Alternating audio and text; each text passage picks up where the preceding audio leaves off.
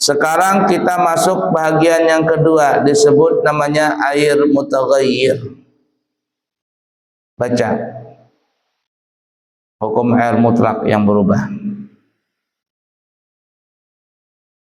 Baca Abdul Hakim. Abdul Hakim suaranya nyaring.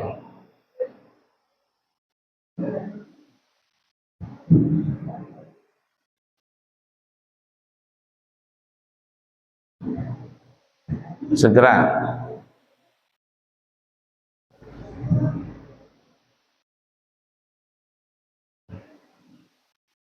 Hukum air mutlak yang berubah dengan terkala lain. Nah, perhatikan hukum air mutlak. Berarti mutlak itu yang mana tuh? Air mutlak tuh. Yang 7 macam: hujan, salju, embun, laut, sungai, sumur, sumber. Ingat itu 3S. 3S: sungai, sumur, sumber. Ini air berubah dengan perkara lain. Nah, perkara lain ini nanti kamu perhatikan terbagi dua. Satu, yang suci. Perkara lain bendanya suci. Dua, bendanya najis. Tulis, yang dimaksud dengan perkara lain itu berubah dengan perkara lain terbagi dua. Satu, bendanya suci, baik benda padat ataupun benda cair ya. Dua, bendanya najis. Nah, kalau bendanya suci, air itu berubah dengan benda suci, namanya nanti mutaghayyir. Tapi kalau benda itu bendanya najis merubah air, maka air itu disebut mutanajis. Nah, tapi mutanajis ini nanti bagian ketiga. Cuma diingat berubahnya air itu ada dua jenis sebabnya. Sebabnya nih, satu, bendanya suci, dua, bendanya najis. Baik, kita bahas yang benda suci dulu. Lanjut, baca.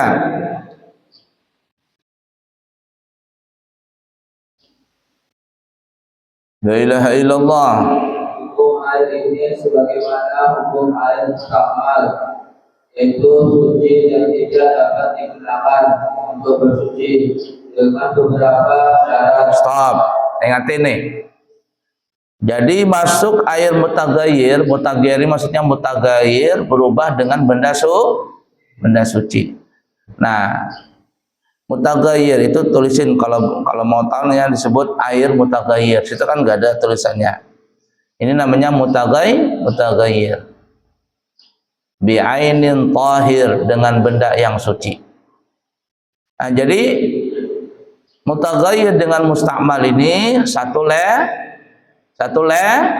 level itu dikatakan situ. Ya, hukum air ini sebagaimana hukum mustakmal, artinya selevel, suci tapi tidak mensucikan. Nah, jadi yang kedua ini suci tapi tidak mensucikan ada dua jenis, satu mustakmal, dua mutaghayyir. Hukumnya sama ini, suci tapi tidak mensucikan, tapi nama dan sebabnya berbeda. Mustakmal kita sudah bahas kemarin. Sekarang kita mutaghayyir. Ya, mutaghayyir bi'ainin tahir. Air itu berubah dengan benda yang suci. Nah, air itu disebut mutaghayyir, berubah dengan benda yang suci, itu mempunyai syarat. Ada berapa syarat? Ada 4 syarat. Lanjut. Jika salah satu syarat tidak terpenuhi, dua, selain syarat yang pertama, sebab jika syarat pertama tidak terpenuhi, air dihukumi najis. Baik, lanjut terus. Hukumnya sah bersuci dengan air ini. Stop. Jadi syaratnya ini ada 4, disebut air mutaghayyir apabila terkumpul 4 syarat ini. Kalau kurang 1 syarat, maka bukan disebut mutaghayyir. Berarti masih disebut air mutlak. Nah, kecuali syarat yang pertama. Nanti kita sebut syarat pertama itu. Kalau syarat pertama ini tidak terpenuhi, maka itu bukan mutaghayyir, tapi nanti levelnya naik yang ketiga. Apa itu? Mutanajis. Kalau yang merubah itu bukan benda suci, berarti yang merubah itu bendanya najis. Bukan mutaghayyir bi'ainin tahir, bukan berubah dengan benda yang suci, tapi mutaghayyir bi'ainin najis, berubah dengan benda yang najis. Namanya bukan lagi mutaghayyir, tapi nanti namanya mutanajis. Paham tum? Nah, lanjut. Syarat-syaratnya sebagai berikut. Nah, syarat air mutaghayyir itu ada 4. Ingatin nih. Yang pertama, 1. Perubahan air disebabkan perkara suci. 3. Disebabkan perkara najis, maka hukumnya menjadi najis. nah, najis garis kurung mutanajis, tulis garis kurung mutanajis. Nah, tulis garis kurung mutanajis, menjadi najis, maksudnya mutanajis, bernajis. Nah, jadi yang merubah ini, syarat pertama yang merubah air itu adalah bendanya suci. Seperti gula, teh, kopi, susu, ya enggak? Kamu tuh air kita ini, nah, air sumur bor, bersih airnya, lalu kamu masak, mendidih, kamu masukin teh, berubah jadi merah. Boleh nggak air itu dipakai mandi junub? Boleh apa tidak? Tidak boleh. Dipakai istinja? Tidak boleh. Tapi kalau kena badan pakaian tempat, boleh nggak dibawa ke dalam sholat? Diminum boleh nggak?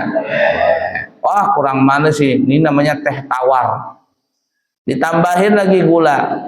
Namanya teh manis. Wah, kurang mantep. Harinya panas digotong royong. Tambahin es batu. Namanya es teh. Wah, kurang mantap. Tambahin lagi susu, namanya Thai tea. Namanya Thai tea, sudah Thai diminumnya. Thai tea. Nah, dulu aku ya bingung, apa itu ternyata Thai, kenapa Thai diminum? Ternyata namanya teh. Cuma diistilahkan jadi bahasanya Thai. Padahal huruf dibaca teh. Thai tea. Nah, itu. Paham kira-kira? Yang kedua, 2. Perubahannya disebabkan perkara yang tercampuri mukhalid seperti kopi. nah, mukhalid itu maksudnya tercampur aduk. Mukhalid artinya tercampur aduk. Perkara yang mencampuri. Mukhalid itu maksudnya, tulis artinya mukhalid itu tercampur aduk. Nggak bisa lagi dibedakan mana air mana teh. Jadi satu. Kamu masukin tuh air panas teh, jadinya warna merah. Bisa nggak dipisahkan antara air itu dengan teh tadi? Nggak bisa. Jadi satu dia sudah. Namanya mukhalid. Seperti air kopi. Apa arti mukhalid tadi? Tercampur aduk. Mukhalid namanya. Nanti ada mukhalid, ada mujawir. Kalau mujawir masih bisa dipisah. Ya, masih bisa dipisah. Kalau mukhalid nggak bisa dipisah lagi. Seperti kopi, masukin kopi dalam air panas, maka berubah jadi hitam. Warnanya hitam, rasanya pahit, baunya mantap. Namanya air kopi. Tambahin gula, kopi manis. Tambahin susu, kopi susu. Tambahin sianida, kopi manis sianida, beracun. Ya. Paham kira-kira? Lanjut. Jika disebabkan perkara yang menyakiti mujawir. Nah, tulis arti mujawir apa? Sesuatu yang kalau mukhalid apa tadi? Campur aduk. Kalau mujawir masih bisa dipisah. Kalau mukhalid tercampur aduk, kalau mujawir artinya masih bisa dipisah.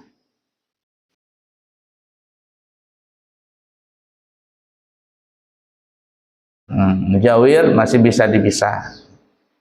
Seperti apa contohnya? Tulis, lanjut. Seperti kayu tidak dapat mempengaruhi permukaan air sehingga hukumnya sah digunakan air tersebut. Ada air kejatuhan kayu. Ini kayu. Kayu apa gitu? Jatuh atau ke dalam air. Nah, atau sendok. Sendok terbuat dari kayu. Pernah lihat nggak sendok kayu? Wancuh kayu itu nah. Masukin kayu, ngong. Tercampur nggak kayu dengan air itu? Tercampur. Tapi bisa nggak dipisahkan? Bisa. Angkat kayunya, airnya tetap bersih. Kenapa? Karena tidak ada benda yang terlepas dari kayu tadi. Warna air itu tetap seperti semula, rasanya tetap semula, apalagi baunya tetap semula. Lain kalau seandainya kayunya itu bisa mengeluarkan zat. Contohnya apa? Contohnya kayu pasak bumi. Tahu nggak kayu pasak bumi? Belum pernah tahu. Nah, di Pandansari itu ada orang jual gelas pasak bumi.